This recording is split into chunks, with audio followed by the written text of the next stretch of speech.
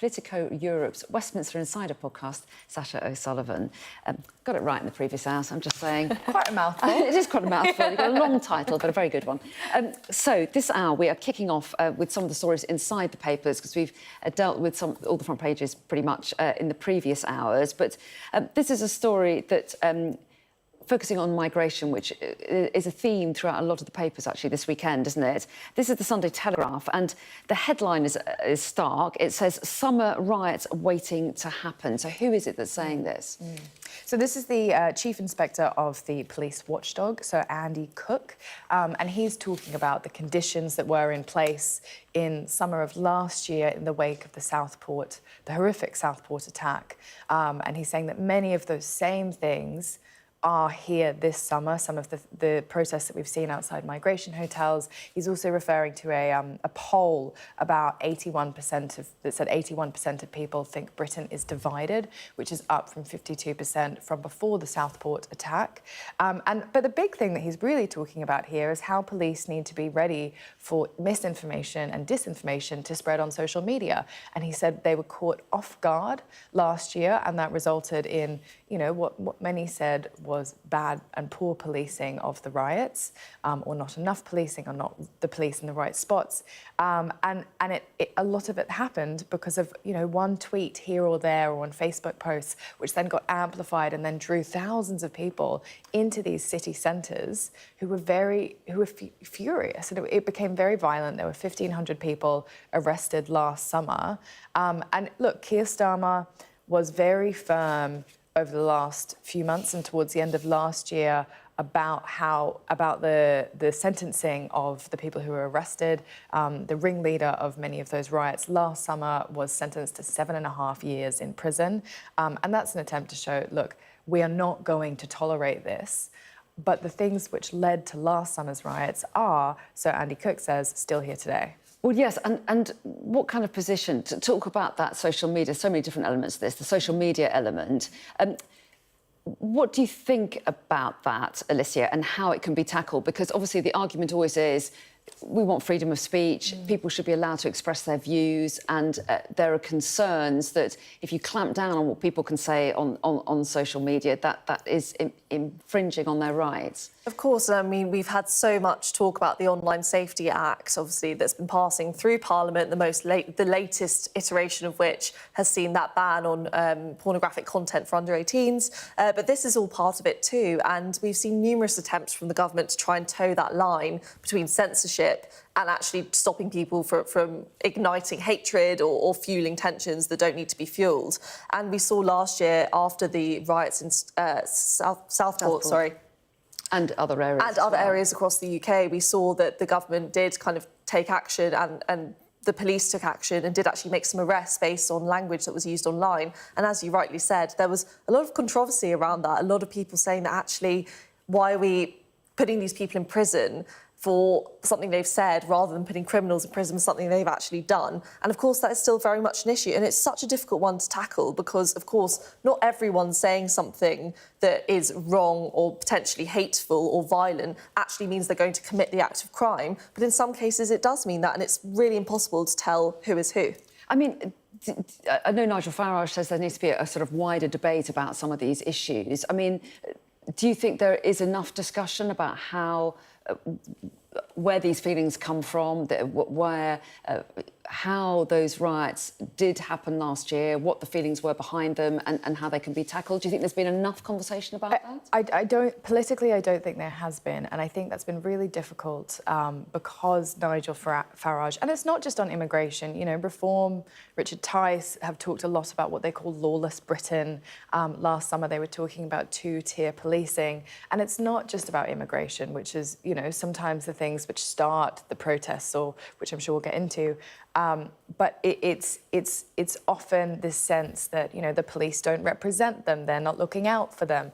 And I think that that sense in not believing in the British state is a really complicated one, and one that's quite difficult to talk about in the public domain at the moment, because it is really split just about like how do we get immigration down, and it, you know, you can become kind of hyper focused on these individual issues rather than this sense that some of the protesters have, which is this is not my country. Whether or not you agree with that, that is what they believe, and they believe our country is very, very divided, and resolving that kind of social cohesion point is a much more difficult problem. I mean, immigration is difficult in itself, but social cohesion is a much more challenging and much more, I guess, vague. It feels vague, right, in how we talk about it, and it can be small stuff like feeling like our high streets are our own. Well, yes, and this is a very big subject. Yeah. We've got to move on in a minute, but other issues like poverty and a sense of inequality or not being heard might also be playing a part? Absolutely. There is a huge feeling that if people can't maybe access things that they feel they have a right to access, i.e. if you're a British citizen who's struggling to get an NHS appointment, for example, there is a feeling that actually there is some kind of like prioritisation to people who are arriving here illegally. Of course, there is a lot of data to suggest that there isn't a prioritisation at all, but it's really understandable for people who feel neglected by our political class, by new successive governments, to want to take their anger out somewhere. And it's very easy as well when politicians... So I think politicians need to hold themselves a bit more accountable here as well, and not just say, oh, it's the public on social media. A lot of the language used in Parliament and outside of Parliament is pretty divisive as well, and probably doesn't do a whole lot to stop all of the division and hatred. OK, let's move on to the Sunday Mirror now, because as well as talking about protests, they're also focusing on what Yvette Cooper is doing and announcing today, talking about small boat crossings and clamping down on social media content that advertises those crossings and making the penalties against the people doing that advertising stricter. Yeah, and she's talking about just how many posts there are online. You know, so there's a stat in here saying 22,000 posts promoting organised immigration have been removed since 2021. Now, that's a huge number. We don't know how many overall posts there are at all. But this is one of the ways that Yvette Cooper is trying to look at the immigration system a little bit more in the round, rather than just looking at, you know, deporting people, getting people out of the country. It's actually stopping them coming into the country. And one of the big ways is people seeing these ads on their Instagram, on their TikTok, and looking at this life in Britain. And often they're told, you know, frankly, false things. They're told they're going to get much higher salaries than they're really going to be able to get, because a lot of them aren't going to be able to get visas to work for a very long time. And it's to deal with one of the more root causes, which is that Britain is a very attractive place for illegal immigrants.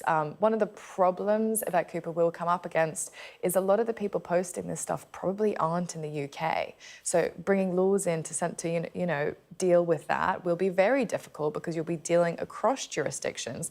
And this is always the problem. You know, these gangs, they don't just operate here. They operate in France, they operate in the Netherlands, across Europe, really, to get people to the UK and to profit off of people's hope for a better life. Well, yes, and I think Yvette Cooper has also done an interview with one of the other papers as well, talking about trying to speed up the asylum process as well, which hopefully will, in her view, reduce the number of people that need to be put up in hotels, which has obviously become a kind of focal point for many of the protests.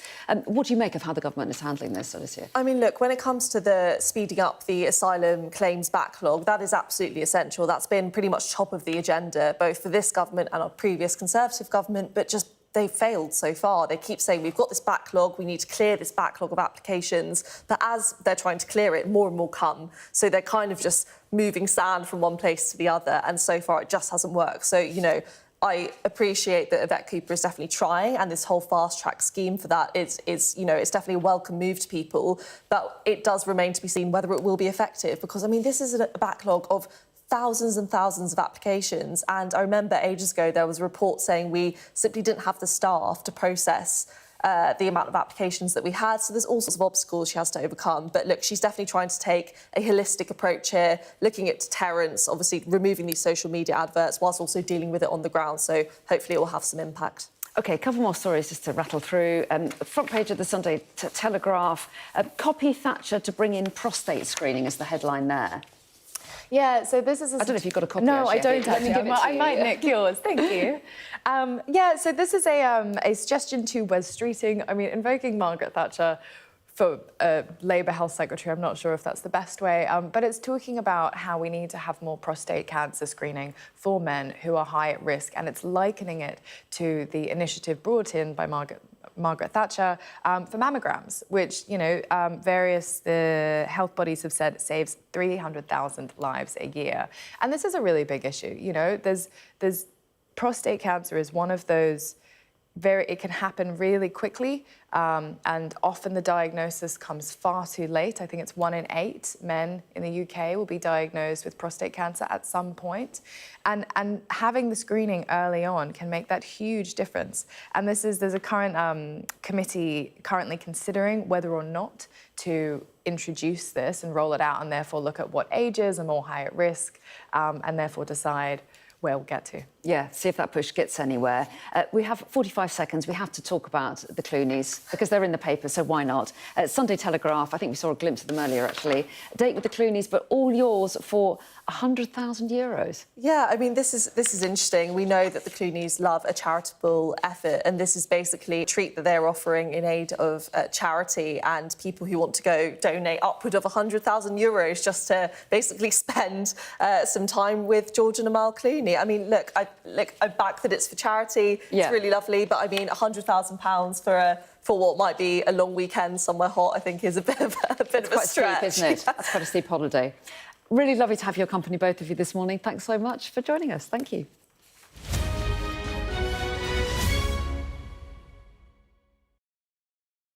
I'm Stephen Murphy, and I'm Sky's Ireland correspondent based here in Dublin. The waters of